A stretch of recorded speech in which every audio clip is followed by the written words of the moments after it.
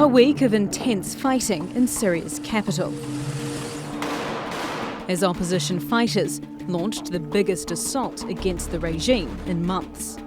It began last week with surprise attacks that left the regime scrambling to defend front lines. The opposition took territory in eastern Damascus and launched another offensive in Hama a few days later. It's their first major push since losing their last urban stronghold, eastern Aleppo, to the regime and its allies in December. The regime has now pushed them back in the capital, recapturing most of the territory in eastern Damascus. But the battle around Hama continues. The United Nations says the fighting has cut off 300,000 civilians from humanitarian assistance in opposition-held areas. And they say unless aid is allowed in, starvation will be around the corner.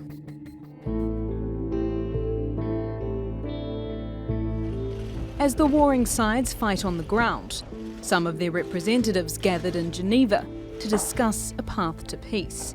But the realities of the battlefield proved difficult to put aside. Those are Syrian civilians. They are being targeted by the Assad killing machine and whoever is helping Bashar al-Assad. This is why we require to start these talks with anti-terrorism issues. This is especially a concern given the terror attacks in Damascus and in the suburb of Hama. UN Special Envoy for Syria, Staffan de Mistura, described the situation on the ground as worrisome and called on Turkey, Iran and Russia to help reinforce the ceasefire. But the opposition says this offensive was an act of self-defense, saying it believes the regime had plans to ethnically cleanse the area. The regime did not commit itself, and it never stopped for one full day without breaching the ceasefire. So they tried to defend themselves against what was being planned by the regime for them. As the dynamic on the ground continues to change, are we likely to see more of these kinds of offences from Syrian opposition groups? And what impact will that have on attempts to bring the war to an end? Yvette McCullough, The Newsmakers. To discuss the Damascus offensive further, I'm joined from Chicago by Azim Ibrahim. He is a senior fellow at the Center for Global Policy and a professor at the Strategic Studies Institute at the U.S. Army War College. And from Laguna Beach, California, Alexander Azadgan. He is a professor of strategic global management and international political economy. Thanks both so much for joining us. Alexander, let me start with you. The fact that all-out conflict has now moved this close to the regime's capital and very stronghold, what does that say to you now about this war?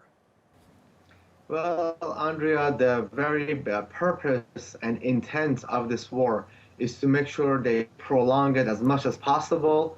This lunatic concept of perpetual war that we have been seeing first in Yugoslavia in the 1990s, and it was sort of enwrapped in this concept of regime change, which in many cases is illegal.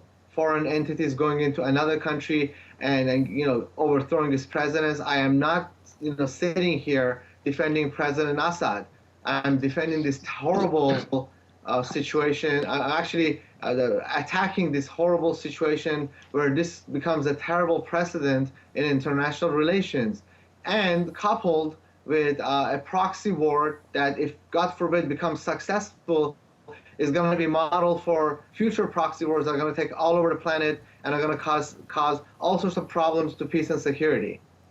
Azim, are you on the same page here? Do you see this as a lunatic concept of perpetual war? I think Alexander is absolutely right.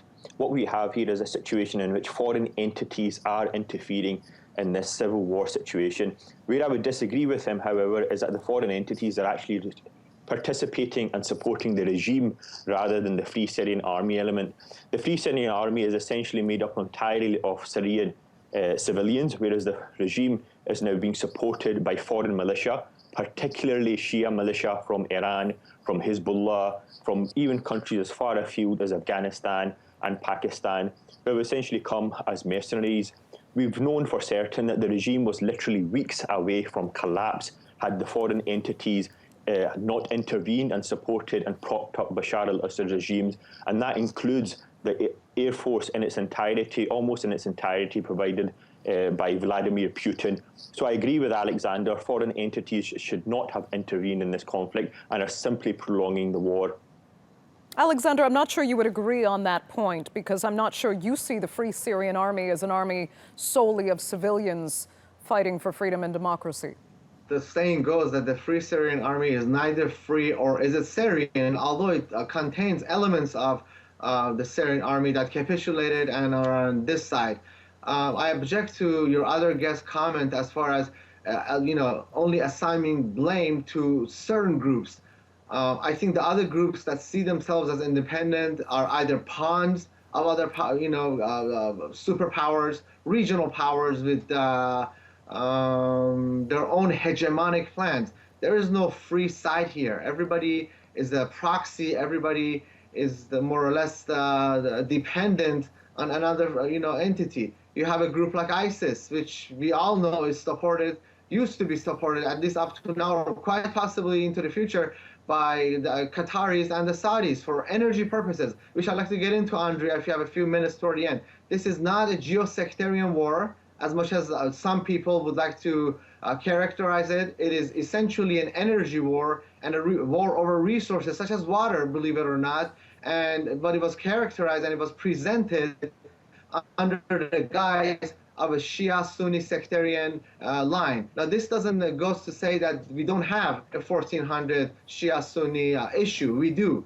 But that issue is being exploited in order to cover a much bigger issue, which is a discovery of natural gas in the eastern parts of Mediterranean, which we have Israelis completely taking advantage of this situation of chaos and anarchy and exploiting the natural gas. Meanwhile, Syria and other countries are totally preoccupied with this crazy and endless occupation and proxy war, and that takes away all their attention away from claiming their territorial natural gas under the Mediterranean. Let me just ask Azim quickly. That is not an often heard interpretation of this conflict.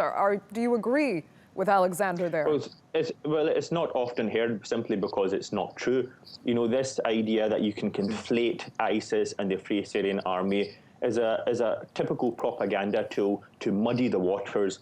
The Free Syrian Army is essentially made up of Syrian nationals. ISIS is essentially an entity in which all parties are against and all parties want to see the end of. And to conflate the two is just simply muddying the waters. The reality on the ground is this is a fight for freedom. The people of Syria have had enough of Bashar al-Assad, who's ended up being one of the most murderous dictators of this century. The majority of the casualties, over 98% of all the casualties, have been caused by his regime, using chemical weapons, using illegal munitions, targeting schools. And the Free Syrian Army is essentially are elements that want to see the end of this brutal regime and want to adopt a pro-democracy stance. Okay. And this confusion of energy is just simply muddying the waters even further. Okay. Azim, then let me ask you, ISIS or Daesh is one thing, but what about groups like Jabhat Fatah al-Sham and Hayat Tahrir al-Sham that are also included among opposition forces, al-Qaeda-linked groups?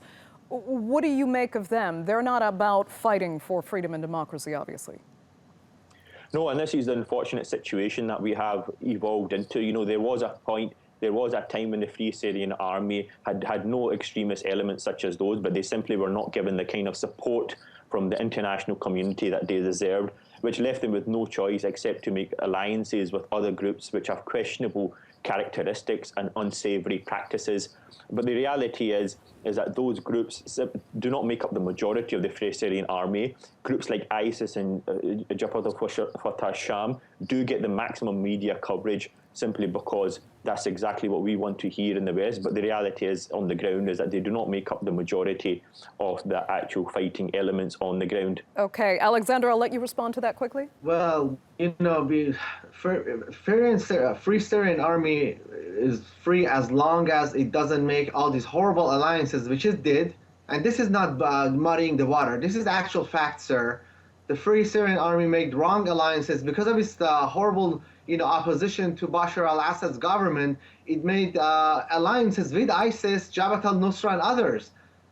coalition of some there has sort. never been any alliance with ISIS. That's completely incorrect. And That is not true. No, in the beginning, no, sir. I didn't interrupt you when you were talking. Please let me.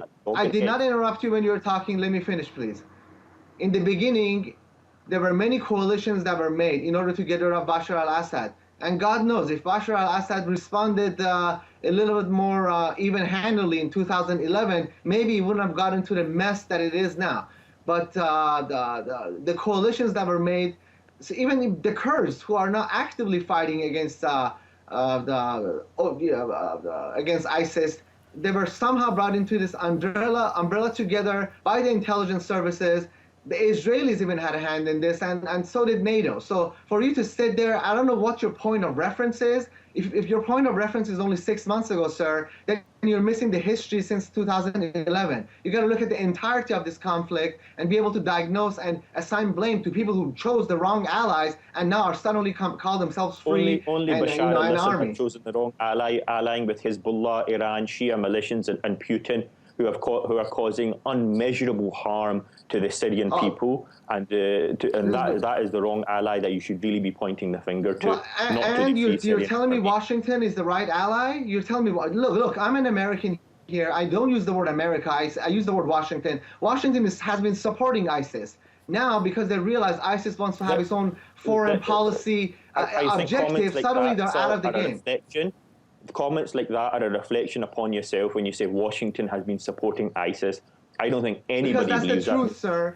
No, anybody believes it. Well, if you watch the mainstream media, sir, if you watch CNN and BBC, and if you listen to the garbage that's spewed by those, if anybody is those people, everybody knows the truth, sir. That Saudi Arabia and Qatar have been supporting ISIS, okay? There's nothing you can do to wipe that off. That's history. That's a factual event. It's falsity. There's absolutely not a iota of evidence behind that. Gentlemen, I'm going to interrupt it there because we just have a few minutes left. So, Azim, I'll let you have a final word here. Where do you think the resolution to this conflict actually lies? Is it in the halls of the UN in Geneva as we speak? There has to be a negotiated settlement. This war has turned, no matter what the outcome of this civil war now, is that, all sides have essentially lost. The destruction to Syria, the refugee crisis, the number of people dead, there's simply no coming back from this. This is a disaster of biblical proportions now. And the only solution would be a negotiated settlement to possibly federalize Syria, to balkanize it in some ways, to have the regime possibly stay in power, but with Bashar al-Assad going, simply because he's had far too much blood on his hands. But unfortunately, all sides still believe that they can achieve victory. Bashar al-Assad has been emboldened with the support of Putin and his air force, and with the Shia militias that are arriving from Iran and elsewhere. And and this is hugely catastrophic. And the rebels have now been emboldened with some of their recent victories around Damascus. They've recaptured 11 villages. They're laying siege to other ones. And so this is a hugely unfortunate situation. Okay, Azim, I'm going to have to give you the last word there because unfortunately we're out of time. But I'd like to thank you both, Azim and Alexander, for joining us on this edition of the Newsmakers.